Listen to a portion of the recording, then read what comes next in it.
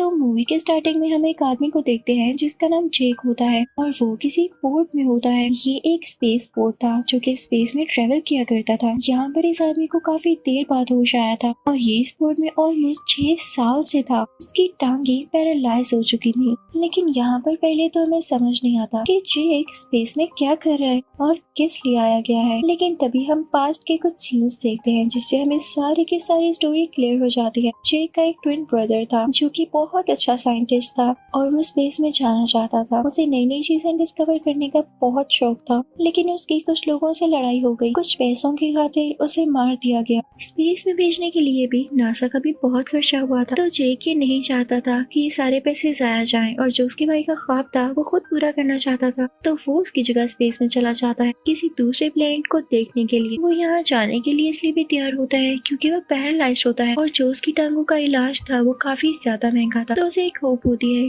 कि जिस मिशन पर वो जा रहा है अगर वो उसमें कामयाब हो गया तो काफी ज्यादा पैसे अर्न कर सकता है और फिर वो उनको यूज करते हुए अपना इलाज करवाएगा। होता तो वो बहुत हार्ड वर्किंग है। बेशक उसकी टांगे नहीं होती लेकिन वो बहुत स्ट्रॉन्ग होता है। तो उसे खुद पर यकीन होता है कि ये वो कर लेगा। अगर बात कर ली जाए उस प्लेनेट की तो उस प्लेनेट पर ऑक्सीजन नहीं होती। उसके साथ और भी जो लोग जाने वाले थे वो सब एक जगह पर इकट्ठे होते हैं जहाँ पर वो अपने लीडर से मिलते हैं। तो उनका लीडर उन्हें समझाने लगता है कि तुम लोगों ने किस तरह से वहाँ के हालात को फेस करना है और वहाँ पर अगर किसी क्रिएचर से सामना होता भी है तो उसको किस तरह से हराना है या उसे कैसे बचना है। तभी जेक यहाँ पर एक आदमी से मिलता है और इन दोनों की ट्रेनिंग 3 साल एक साथ हुई थी। तो इनमें काफी अच्छी जान पहचान थी। तो वो आदमी जेक को उसका अवतार दिखाता है।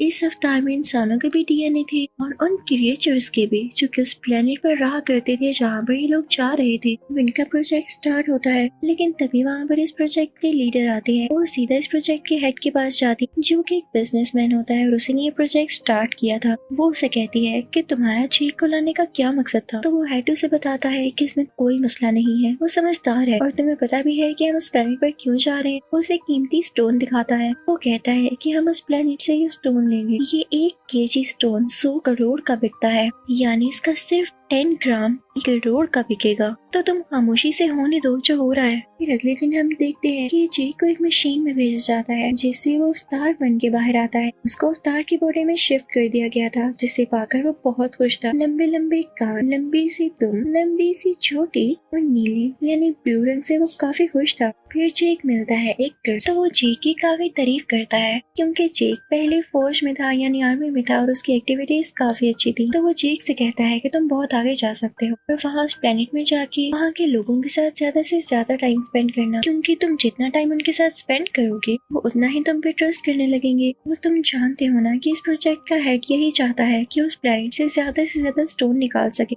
इसके लिए पहले तो उन क्रीचर्स को वहाँ से हटाना होगा। तो अगर तो तुम ये काम कर लो तो अच्छी बात हो, लेकिन अगर 3 महीने के अंदर तुम ऐसा ना कर पाए तो हमें मजबूरन यानी ना चाहते हुए भी वहाँ पर हमला करना होगा और जंग छिड़ जाएगी, क्योंकि स्टोन तो हमने पाना ही पाना है। वो उसे कहता है कि इसके बदले में मैं तुम्हारी टांगे भी ठीक करा के दूंगा। तो इस चीज के लिए जेक मान जाता है। वो लोग उस प्लेनेट पर पहुंच जाते हैं। वहाँ जाते ही जेक जो कि अब एक अवतार होता है काफी खुश होता है, चीजों को छूने लगता है। तभी वो देखता है कि वहाँ पर बड़े बड़े जानवर हैं। एक अजीब सा जानवर जेक के पीछे बढ़ जाता है तो जेक एक झरने में छलांग लगा देता है, लेकिन अब वो अपनी टीम से अलग हो चुका था। वहाँ पे जेक अपने लिए एक नेजा तैयार करता है। उस तरफ उसकी टीम उसे काफी ढूंढती है लेकिन उसे नहीं मिलता।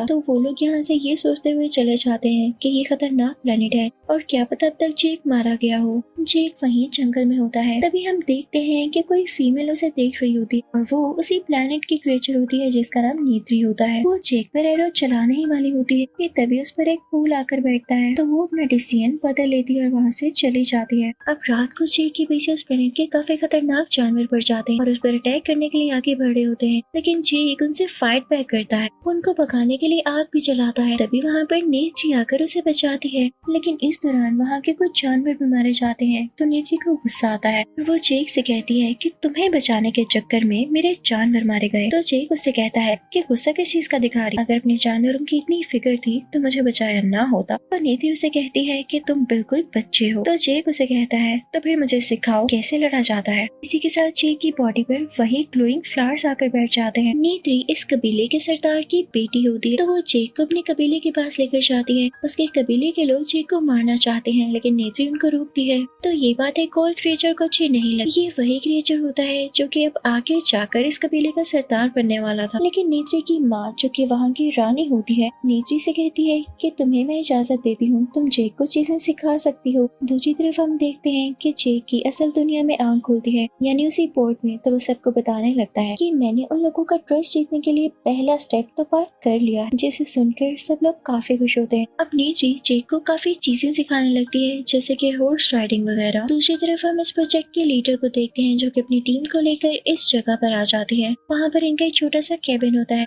पहाड़ों के ऊपर, जो कि बादलों में उड़ सकते थे। ये बहुत ही चार्मिंग व्यू है। उस तरफ जेक की ट्रेनिंग आहिस्ता आहिस्ता शुरू हो जाती है। देखते ही देखते जेक की काफी अच्छी ट्रेनिंग हो जाती है और वो वहाँ की सब बातें सीख जाता है। हॉर्स राइडिंग करना, वहाँ शिकार कैसे करना है, और सबसे बड़ी बात नेचर से प्यार करना। अब नेत्री जेक को एक जगह पर लेकर जाती है जहाँ पर वो उसे एक परिंदे से मिलवाती है। वो उससे कहती है कि ये उड़ सकता है और पता है इसकी खासियत क्या है, कि ये अपना राइडर खुद ही चुनता है और सारी जिंदगी उसी के साथ सिंसियर रहता है और उसी को लेकर उड़ता है, उसके अलावा किसी को नहीं चुनता। कि इसमें खतरे वाली बात ये है कि इसको चुनने से पहले तुम्हें भी बहुत केयरफुल रहना होगा, ये तुम्हें मार भी सकता है। अब ऐसे ही होता है, लेकिन जल्द ही जेक उस परिंदे को चुन लेता है और उस पर काबू पाकर उड़ने लगता है। नेत्री और जेक अपने अपने परिंदों पर उड़ रहे होते हैं और काफी एंजॉय कर रहे होते हैं। जहाँ पर इन्हें एक दरख्त भी नजर आता है। वो जगह काफी खूबसूरत होती है, लेकिन तभी इनके पीछे एक खौफनाक परिंदा पड़ जाता है। तो ये लोग जल्दी उससे लड़के उसे हरा देते हैं और अपनी जान बचा लेते हैं। तो नेत्री जेक को बताती है कि ये मेरे एंसेस्टर्स की सवारी हुआ करती थी, इस पर सवारी करना बहुत मुश्किल है और इसके बारे में ये माना जाता है कि ये दुखों को खत्म कर सकता है और प्रोस्पेरिटी ला सकता है। अब जेक को यहाँ पर 3 महीने गुजर जाते हैं तो कर्नल उसे वापस बुलाता है और कहता है कि जो काम मैंने तुम्हें कहा था लगता है वो तुम भूल रहे हो। तो जेक कहता है कि नहीं, मैं भूल नहीं रहा हूँ, बस कल उनका एक इवेंट है जिसमें वो सारे लोग मुझे एक्सेप्ट कर लेंगे, यानी मैं भी उनका हिस्सा बन जाऊंगा। तो कर्नल कहता है कि अगर तुम ऐसा ना कर सके तो मैं वापस तुम्हें जमीन पर भेज दूंगा। तो जेक कहता है कि आप फिक्र नहीं करें, मैं कल उनको उस जगह से हटा दूंगा। तो कर्नल कहता है कि चलो देखते हैं। अगला दिन आ जाता है और वो इवेंट होता है जिसमें सब लोग, यानी उस प्लेनेट पर रहने वाले सारे क्रिएचर्स जेक को एक्सेप्ट कर लेते हैं। नेत्री जेक को एवा का दरख्त भी दिखाती है जो कि उनका प्योर दरख्त होता है और वो हमेशा ग्लो किया करता था। यहाँ पर नेत्री जेक को ये भी बताती है कि तुम चाहो तो इस कबीले में से किसी भी लेडी को चुन सकते। तो जेक उससे कहता है कि मुझे तो तुम अच्छी लगती हो और यहाँ पे नेत्री भी मुस्कुरा देती है। तभी हम देखते हैं कि कर्नल वहाँ पर मौजूद दरख्त गिराने लगा है क्योंकि वो अपना काम शुरू करने वाला होता है, जिसे देखकर सारे कबीले वालों को गुस्सा आ जाता है।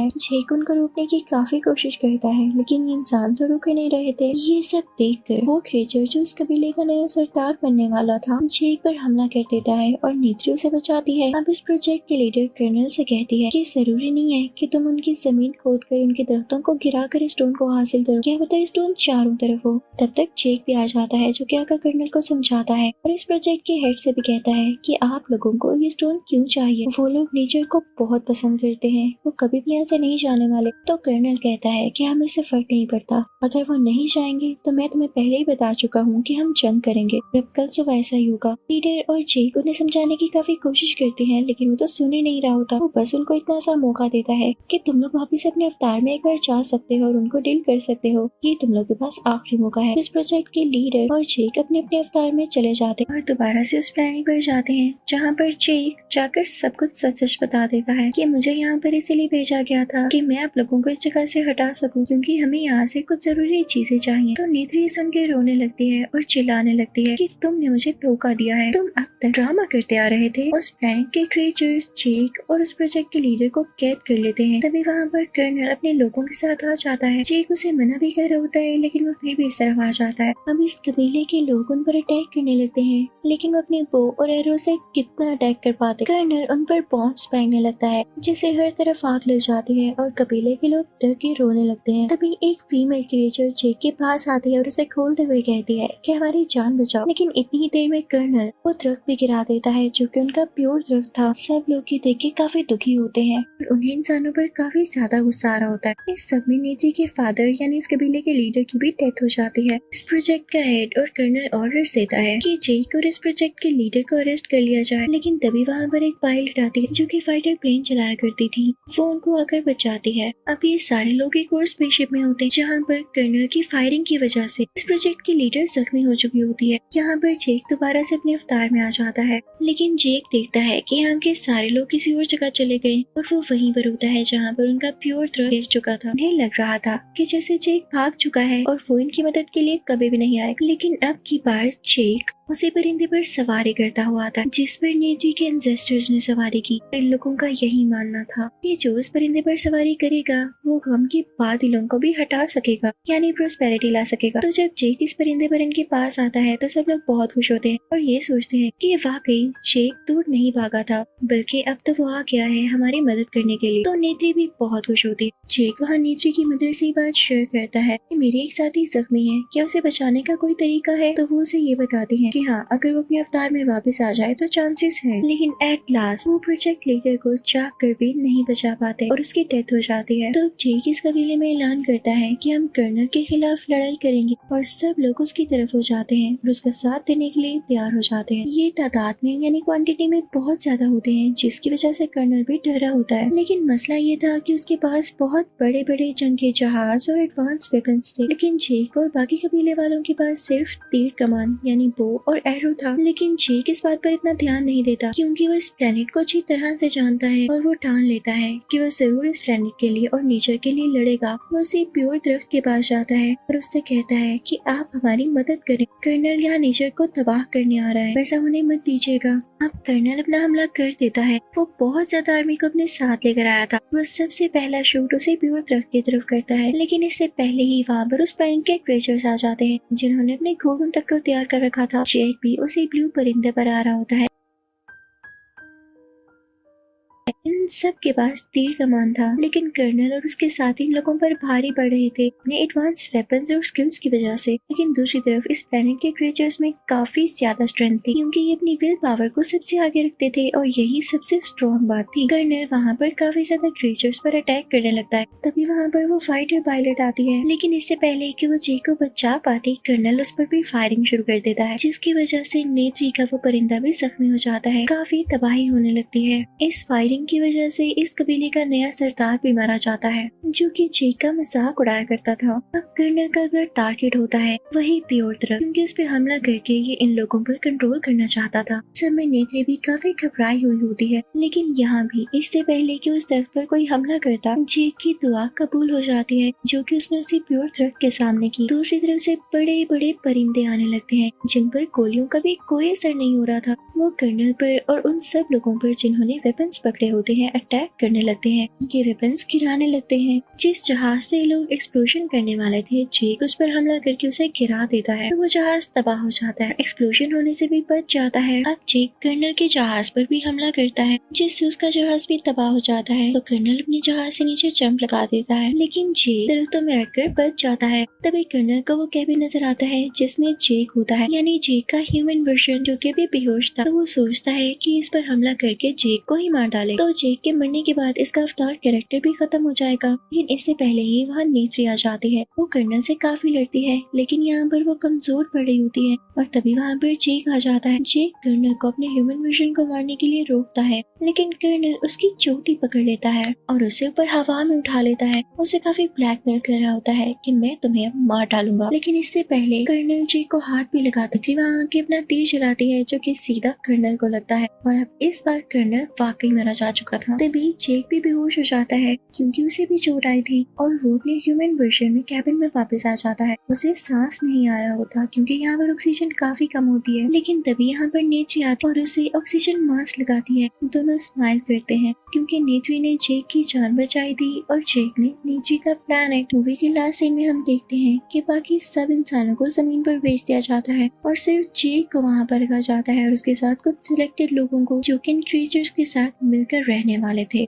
जेक को हमेशा के लिए उसकी बॉडी से निकाल के इस अवतार कैरेक्टर में ही बदल दिया जाता है और अब वो नेत्री के साथ और इस प्लेनेट में काफी ज्यादा खुश होता है। इसी के साथ इस मूवी का एंड होता है।